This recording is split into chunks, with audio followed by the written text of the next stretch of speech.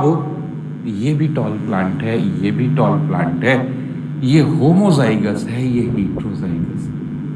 अब देखने में दोनों टॉल है, इसका मतलब यहां पर एक और टर्म आ गई, यानी देखने की कुछ और है, अंदर से उसकी जीनिक कंपोजिशन कुछ और है। तो अब एक वर्ड आएगा फिनोटाइप।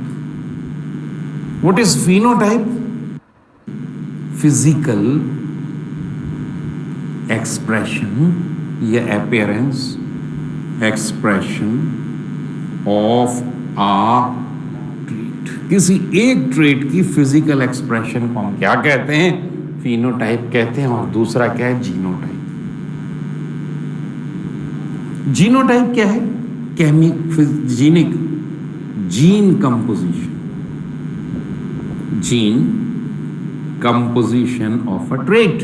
अब ये भी टॉल है, ये भी टॉल है, दोनों की फिजिकल एक्सप्रेशन क्या है? टॉल है। ठीक, दोनों की फिजिकल एक्सप्रेशन क्या टॉल है। So the tall is the phenotype of these plants. But if you will get enter into this one, the composition, gene composition, both are dominant gene. Here one is dominant gene and one is recessive gene. That's why their genotype is different. Gene composition is different. But the phenotype means the the physical appearance is the same. So phenotype is the physical expression of a trait. The trait is the trait is the length of the plant.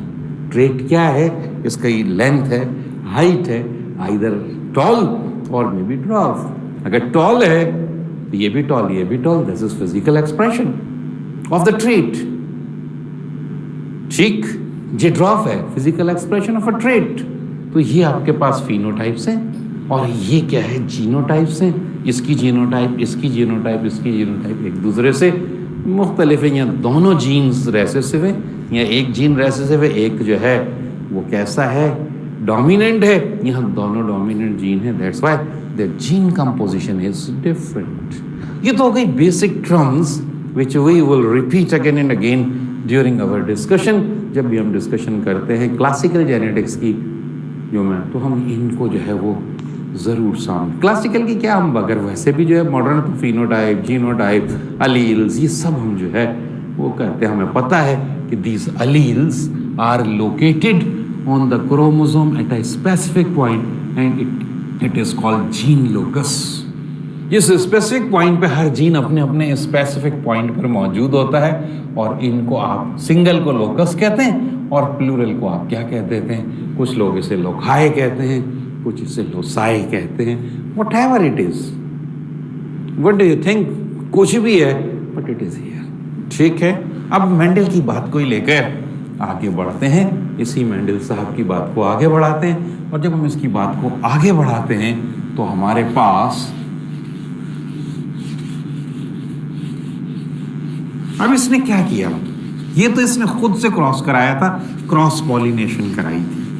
तो इसके एक के जो है वो pollen grains लेके दूसरे पे स्प्रे कर दिए थे, ये जानने के लिए। वैसे तो ये प्लांट मैंने क्या कहा?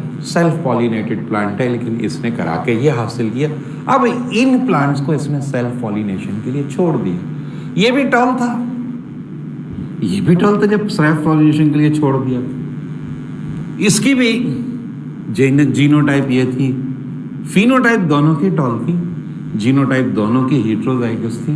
इसकी सेपरेशन हुई at the time of gametes formation. ये हो गया, इसके साथ भाई ये हो गया, ये लीजिए प्योर हो गई।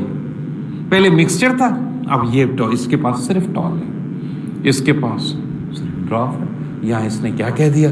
लॉ ऑफ, एक और लॉ दे दिया, law of purity of gametes. या इसको और क्या कहा जाता है? Law of segregation. सेग्रीगेशन का मतलब सेपरेशन। लॉ ऑफ सेग्रीगेशन क्या कहता है? At the time of the gametes formation. अब जरूरी नहीं है कि ये हीट्रोजाइगस हो, तो नहीं, अगर ये होमोजाइगस होता तब भी क्या हुआ था? अलग-अलग हो गए। तो at the time of gametes formation the factors of a trait segregate, the factors of a trait segregate cleanly